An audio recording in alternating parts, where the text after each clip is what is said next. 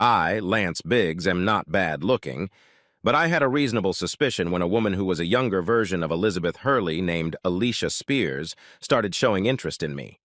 Based on looks and intelligence alone, she should be with someone like Brad Pitt, George Clooney, or Tom Brady, not someone like me. It took me a while to realize what was going on, but thankfully I did before it all came to light. But I'm getting ahead of myself. At the time I met the Elizabeth Hurley look-alike, I was 29 years old and had already been married to J.C. Biggs, nee Swenson, for 4 years. Although I was a trust fund member, I was also working hard as an entrepreneur, running Biggs Alternatives, LLC, which I founded. It employed about 30 people and produced socially conscious products. Thanks to my trust fund, I had a prenuptial agreement with J.C. It contained a morals and adultery clause that provided for severe penalties if either of us violated the clause. My finances were pretty well protected by the prenup, as long as I didn't violate the morals clause. J.C. is a very attractive woman. She was 28 years old when Alicia started paying attention to me. J.C. also works, albeit part-time, as a travel agent. She's a little more materialistic than I thought when we got married, but I enjoyed making her happy. So I didn't complain too much about her overspending or her values. She was never mean, great in bed, and malleable, so that was all I really cared about. One of my greatest joys in life is playing tennis competitively. I played Division III tennis in college, no scholarships, and I'm pretty good for a club player. I play tennis, do weightlifting, and work out on the elliptical machines in bad weather, or jog in good weather to keep myself in shape, which is very important to me. J.C. does not play tennis, although she enjoys socializing at the tennis club we are members of. The club has various social events every month, a decent restaurant, and a nice pool. However, J.C. never goes to the tennis court, even to watch me play in the tournaments we seem to play in every couple months. I play in singles, doubles, and mixed doubles tournaments. My doubles partner is Jay Feely, a 50-something banker who played Division I scholarship tennis in college and, although much better than I was when I was younger, is now at about the same level as me and is ranked second among male players over 40 at the club. My usual mixed doubles partner is Misty Granger, a 38-year-old lawyer who is usually ranked fourth among women under 40 in singles at the club. I am third among men under 40 in singles. Misty apparently only deals in transactions as an attorney, not litigation. Misty is a really special person, sweet, friendly, and spunky. She also has an awesome ass, but since I was happily married and she seems to be too, I never dwelled on that aspect of her personality. I met Alicia, who looks like Elizabeth Hurley, with a scalloped figure, gorgeous face, flat abs, thighs, and an ass that defies description, at a tennis club that myself, JC, JJ, and Misty belong to. Alicia had recently joined our club. I was never sure if she was a new member or, as we call it, a regular sponsored guest. Regardless of her status, most times when I was at the tennis club, she was there too. Alicia, who was 28 when I met her, plays tennis at almost the same level as Misty, although she has one major flaw. Her large breasts sometimes prevent her from playing. No one comments on that, and I really don't know how it happened at the time, but for a reason that seemed like complete nonsense to me, Misty not only declined to play in the tournament with me, but in the presence of Alicia offered to replace her as my partner. Everyone would have been embarrassed if I had said, "No, Alicia is distracting because she's so hot, so if you can't do it, Misty, I'll find someone else." So I agreed, outwardly, apparently warmly, but inwardly frustrated. Because by then, Alicia had intensified her attempts to seriously play along with me. The situation got even weirder when Misty teamed up with Roger Turner for the tournament. No one ever wanted to play doubles with 30-year-old Roger because he's an asshole. I was confused. Alicia wanted to put in as much time practicing as I would accept. I don't know what Alicia did for a living, but basically she was always available. Besides, she was always wanting to socialize after class or go out to lunch or something.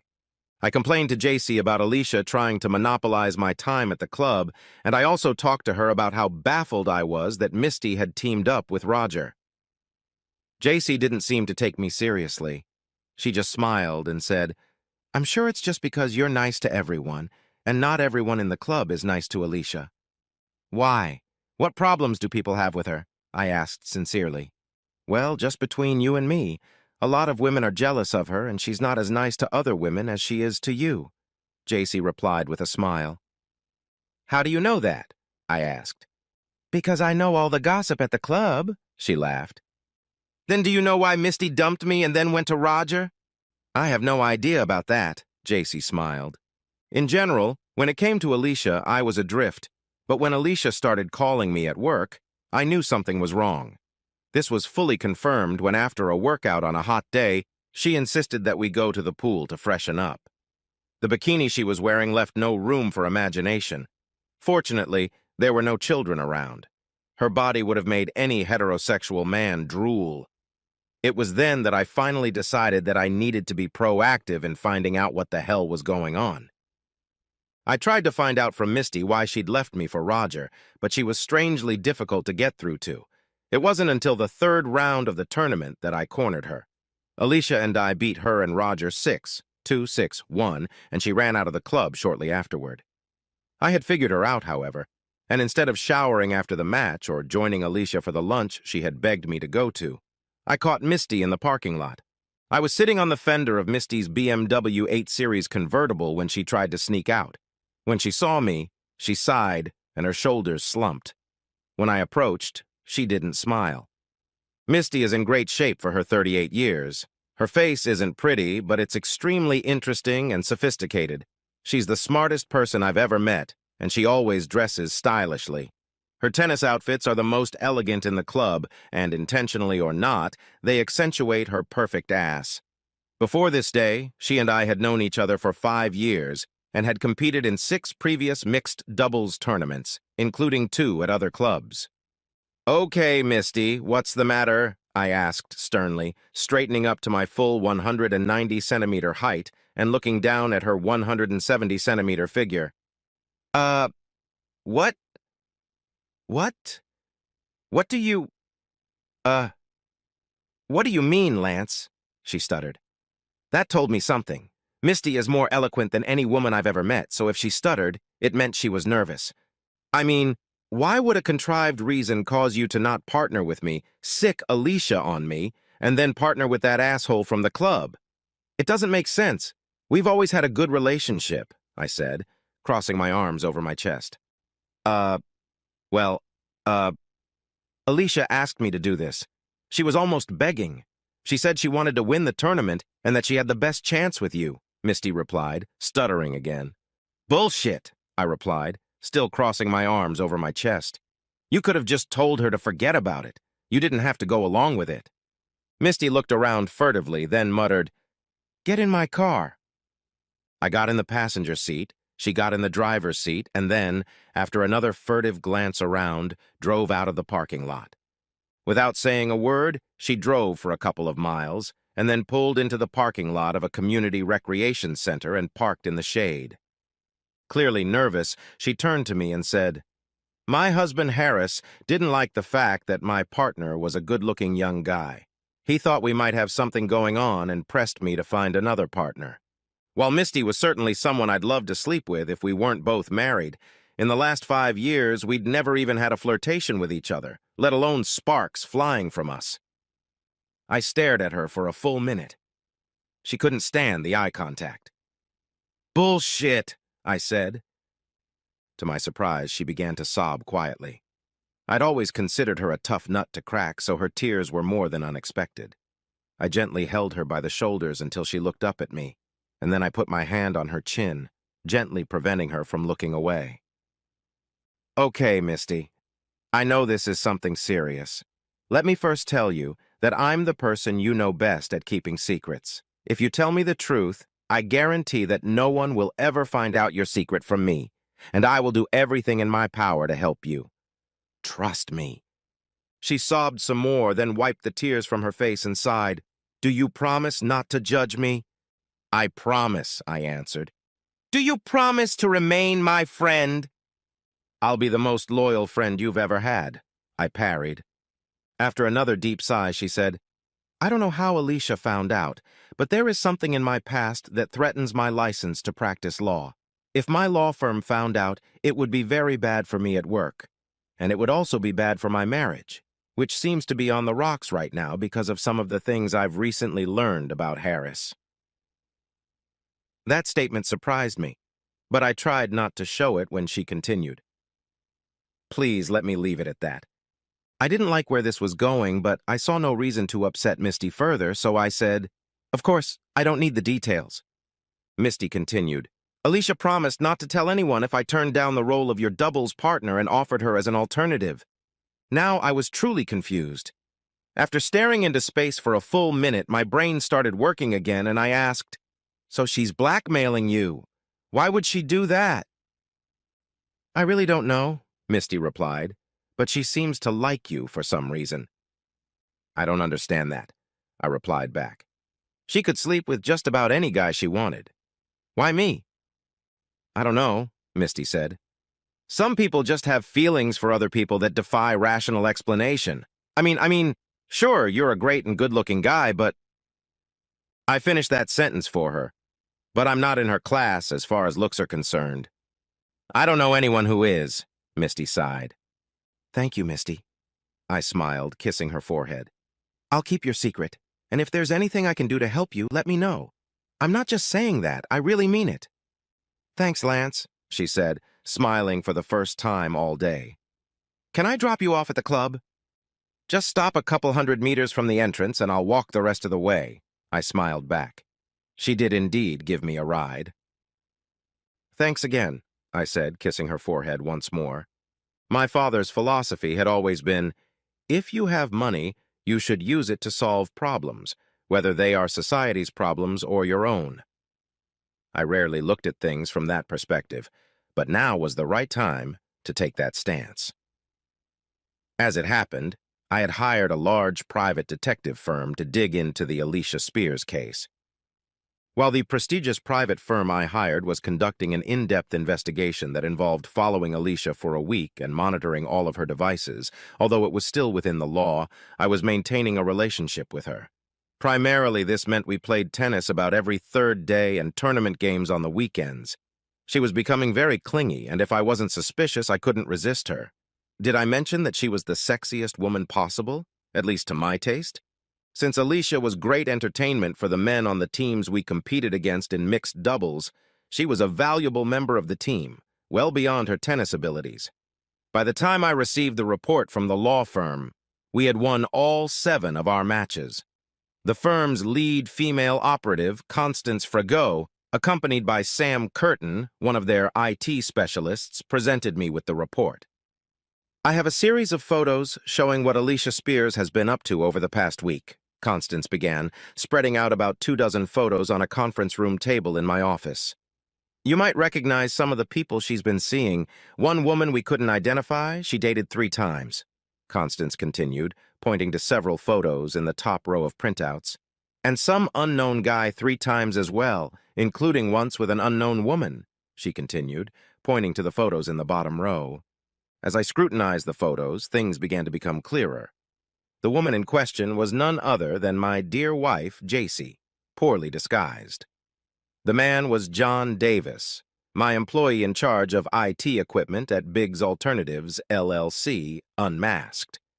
Now, there were many ways to deal with this. For me, the first thing was to aggressively confront everyone involved. I don't need to go into the other ways, as I take responsibility. The only question was who to confront first. I considered John to be the weak link, so he was first on the agenda. The rest of the detective firm's report was also revealing. They had heard enough conversations and reviewed enough documents that they had a good lead that confirmed what I now expected, which was also confirmed by what they were able to find out about Alicia's past. I allowed their IT guy, Sam, to install a bug on JC's phone. I paid the bills for that. And I also asked him, or an expert he recommended, to do an assessment of my company's entire IT system. When Andy, the expert that Sam had recommended, showed up at my office the next morning, I introduced him to John and told him that he was representing a client with whom we would have a lot of business dealings, so he should devote the entire morning to bringing him up to speed on all of our systems. John looked a little hurt, but I didn't care. By the end of the day, he would be more than busy. I met with Andy after lunch, and he told me that he and another colleague of his with the help of our most experienced IT person besides John, could do a complete analysis of our system in 48 hours. I wrote him a check and told him to get to work. As soon as Andy left my office, I called John over. He still looked a little upset about the assignment I had given him that morning, so I decided to punch him between the eyes. After pretending to lock the door so he couldn't open it and escape, I got down to business. First of all, John, give me your office keys, pass cards, cell phone, and all other firm paraphernalia, I said, holding out my hand. He started to protest, but my look silenced him and he complied. Secondly, Andy, the guy you talked to today is the IT expert I hired to do a complete review and rebuild of our system. There's no way you're going to go to work while he and his colleague are doing this, understood? John nodded his head in embarrassment. Thirdly, John, within the next hour, I'm going to find out what the hell is going on with you. How you behave in the next hour will likely determine whether you stay employed here, whether you get blacklisted in the state, whether you go to jail, whether your marriage falls apart, or whether I beat the crap out of you. John's irritation quickly left him, and was replaced by an unhappy look and a sweaty forehead. I threw him the first picture of him and Alicia. How the hell do you know this woman? Well... He started to stammer before something seemed to click in his head, and he said, I just ran into her at a restaurant last week. I really don't know her except that her name is Alicia. Wrong! I shouted and slapped him on the back of the head, not too hard, but not gently either. Then I tossed a second picture into his lap. This was taken on another day last week, and I have more, I said with a devilish grin, holding up a few other pictures he couldn't see. Now start telling the truth. John almost cried, then deflated when I showed him the picture of him, JC, and Alicia together. Then he almost blurted out what was probably the truth. He started it with words. I couldn't help it, Lance. Alicia is so sexy that I just couldn't resist her. After I fucked her once, she grabbed me by the balls and threatened to show my wife pictures of us sleeping together, which would ruin my whole family's life. You know, I have 2 small children, he blurted out before bursting into tears again. I just stood over him with my arms crossed over my chest, with the digital recorder on, as he continued his story for the next 45 minutes or so. The gist of it was that JC had hired Alicia, and John was tasked with finding out all the financial information that Biggs Alternatives, LLC, had, and installing a program that, if activated, could transfer control to anyone with the right password. Since most of my personal financial files were also on the system, John was tasked with finding a way to access them so that they could be taken over, so that most of my financial assets would be at risk. You were going to betray me because of sex with Alicia and the threat of blackmail? I snapped at him when he was done talking. No. Well, Alicia screwed me a few more times to give me the carrot as well as the stick. She and JC convinced me that you were doing illegal things, and that I might even end up getting a monetary reward for helping them. I grabbed John's throat, squeezing it hard enough that he realized I could crush his larynx by pushing a little harder, and then brought my nose a couple of inches closer to his nose and said, You're suspended for a week. Get the hell out and don't come back. You're not to tell anyone about our conversation. If JC or Alicia contact you, pretend to be sick and even go to a private hospital to get checked out if necessary. But don't meet with them or discuss anything with them. Got it? Since he couldn't speak due to the pressure of my thumb on his throat, he nodded in agreement. I let him go, and as I opened the door, I said, I'll still pay you for the next week, and what happens next will determine. Now remember what I said and get out, I growled. I couldn't help myself and kicked him in the ass, causing him to crash into the hallway wall on his way out. After the episode with John, I prided myself on my acting skills for the next 48 hours while Andy analyzed our IT system. I played another tennis match with Alicia, which we won, and even had a little body contact with her afterward. I was as nice to JC as I could be, and even got her to 3 finishes in one night before screwing her while in a coma. As soon as I received the report from Andy about what had been done to my company's computer system and the attempts to access my personal financial data, I hired his assistant for the next 2 weeks to do whatever was necessary to repair any damage and make the system more secure so that only I could access the important information. Now it was time for my confrontation with Alicia. Sunday afternoon was the first time I really cheered Alicia up since she started flirting with me. I suggested a Sunday afternoon trip to my cabin in the woods, about 45 minutes from the tennis club. During the drive, she was in an upbeat mood and occasionally put her hand on my thigh. However, as soon as we entered the house, I handcuffed both of her hands to the bar I was using for exercise. Her attitude changed dramatically. She tried to take it lightly, saying, "I didn't realize you were such a pervert," but it was clear she was worried. "I'm not perverted, I'm evil," I growled. "Tell me exactly what JC hired you to do." Alicia must be either a good actress or a sociopath, because in as serious a tone as possible, she said, "JC didn't hire me to do anything. I barely know her." "Really? Then why did you meet with her 3 times last week?" I showed her the photos from all 3 meetings. "We just met by chance," she replied, no longer so confident in her ability to lie. "Why was John, my former head of IT, present at one of the meetings?" I continued, shoving a picture of him and JC in her face. I'd just been introduced to him and he'd left. I don't know anything about him." "You didn't know anything about him even when you slept with him and then blackmailed him?" I asked, pretending to be shocked. I, well, didn't," Alicia began to stammer, calm before. I interrupted her. "You're not leaving here until you tell me the truth. I'm going to chain your feet to the wall, tape your mouth shut, and leave you for an hour. When I get back, you better start talking or I'm going to leave you like this for the night, and then for as long as it takes to accomplish my goals." As I began to restrain her legs, she asked, "Can I at least go to the bathroom first?" Without interrupting my lesson, I said, "No, pee like this or put it in your panties." As I started to tape her mouth shut, she said, "Okay." But I didn't let her finish and taped her mouth tightly. "I want to make sure you're ready to tell the truth, so save it until I get back in an hour," I growled. She started to make muffled noises and pulled on the handcuffs. However, I paid no attention to her and just walked away. When I returned an hour and 5 minutes later, she was crying. I removed the duct tape from her mouth. "Please, please, please let me go to the bathroom. I swear I'll tell you the truth," she sobbed. I released her, leaving only the handcuff on her left wrist and the other half cuffed to my right wrist, and led her to the restroom. "Can't I be alone?" she whimpered. "No," I snapped at her. She really needed to take a shit. I'd learned something that day. Even a girl as sexy as Alicia could take a stinky shit. After I handcuffed her to the bar again, Alicia told me everything.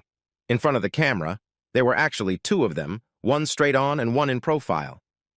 As I suspected by then, JC had hired her to seduce John and me so she could get the most money from the divorce and make sure I couldn't hide any assets, and threatened to destroy my financial system if I didn't act decisively.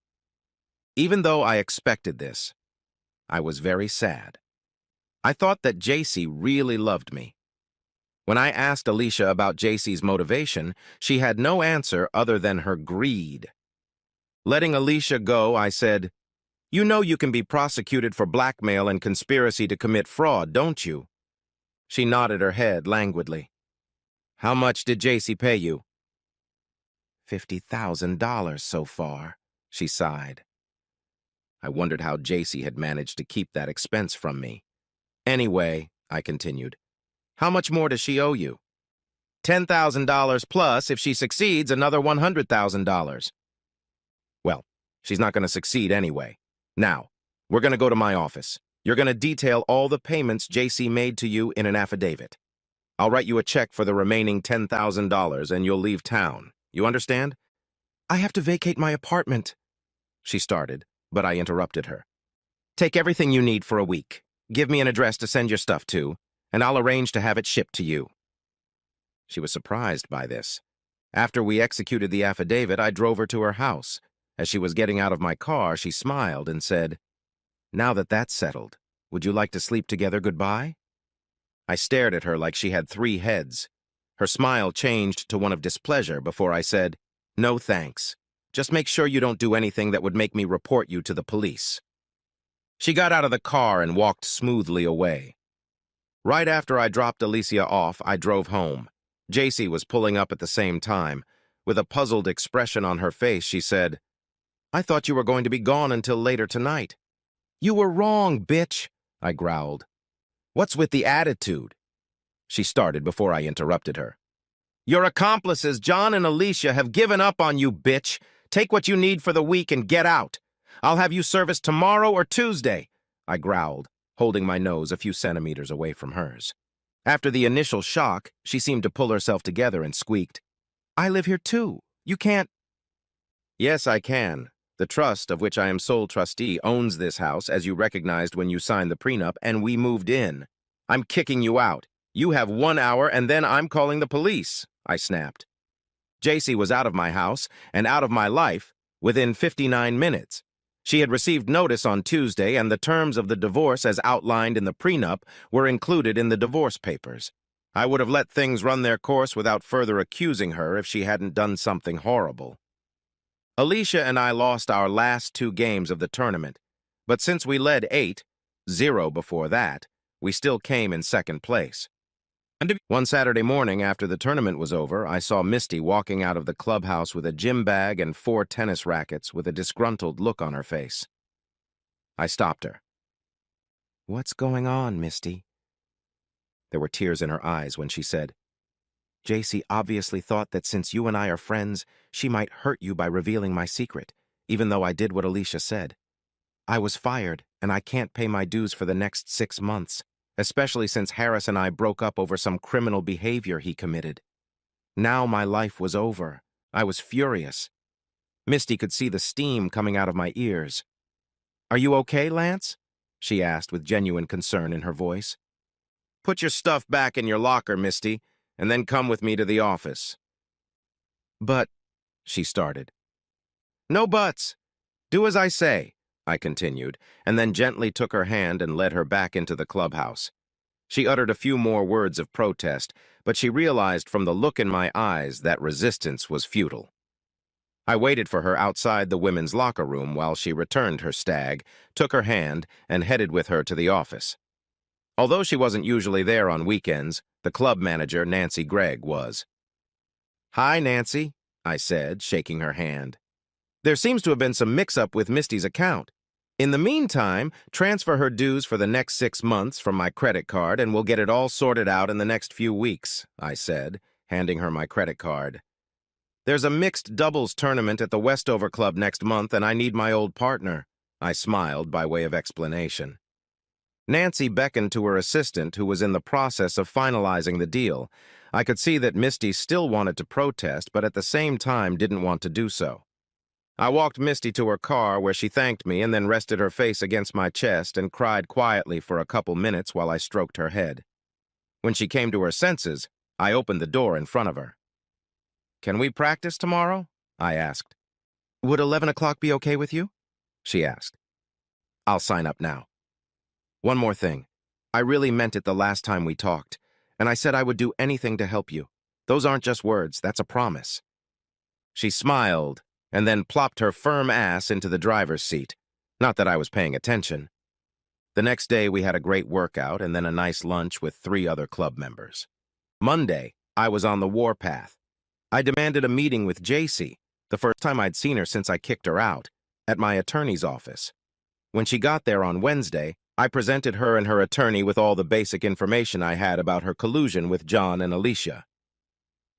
This is not criminal behavior, her attorney said after reviewing the case file. The prosecutor's office might agree with you, I countered. But we'll find out. Either way, I'll sue your client in civil court and take no prisoners. JC looked shocked. What do you want? She asked meekly. Well, since you had to be vindictive and fire Misty Granger, I want the property settlement agreement we agreed on earlier renegotiated and your monetary compensation cut in half, I smirked. Now listen, JC's lawyer started to say, but I interrupted him. You have 2 days to make a decision. Then I go to the DA's office and file a civil suit. I think it's only through John's testimony. He should stay in my good graces if he ever wants to get another job specializing in this field. That I'll get my way. Then I got up and walked out.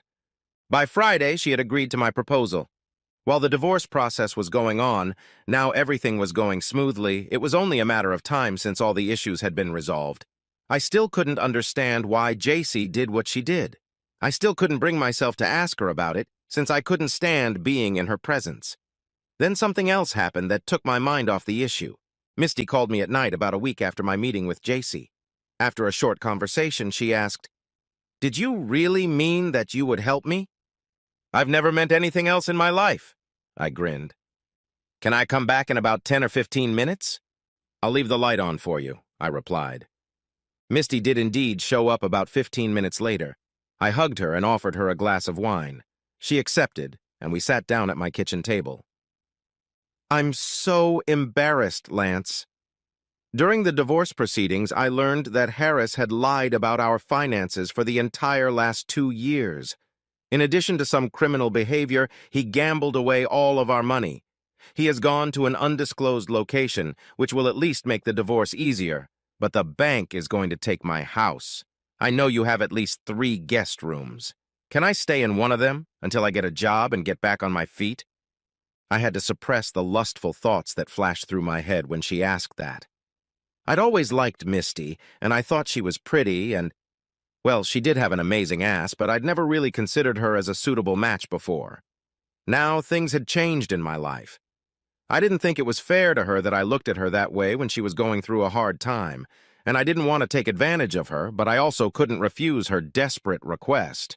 Responding, I vowed to keep my lustful thoughts in check. "Of course, Misty. I told you I'd help you, and I will. When do you want to move in?" "Well, I have a sale this weekend, and the bank wants me to give them the house next week. Would next Monday be okay with you?" "Sure," I said, smiling and squeezing her hand. "Besides, I'm selling my expensive BMW convertible and buying a cheaper and more practical car. Will you be able to help me?" We spent the next hour in pleasant conversation. We hugged goodbye, which again made me suppress my lustful thoughts. That weekend, I helped Misty with the Saturday yard sale, and Sunday morning we played in the first round of a tournament at the Westover Club and won. Sunday afternoon, I went with her to sell her BMW and buy a regular Honda, which brought her about $10,000, enough to pay off some other debts, after she paid off her car loan. On Monday, I put everything she didn't sell but wanted to keep into a small storage unit, and on Wednesday, she moved into one of the guest rooms. Saturday night, we went out to celebrate our new place together. It was nice to have someone else living with me, as I didn't like living alone. Our nice living arrangement changed dramatically when we got home shortly before midnight.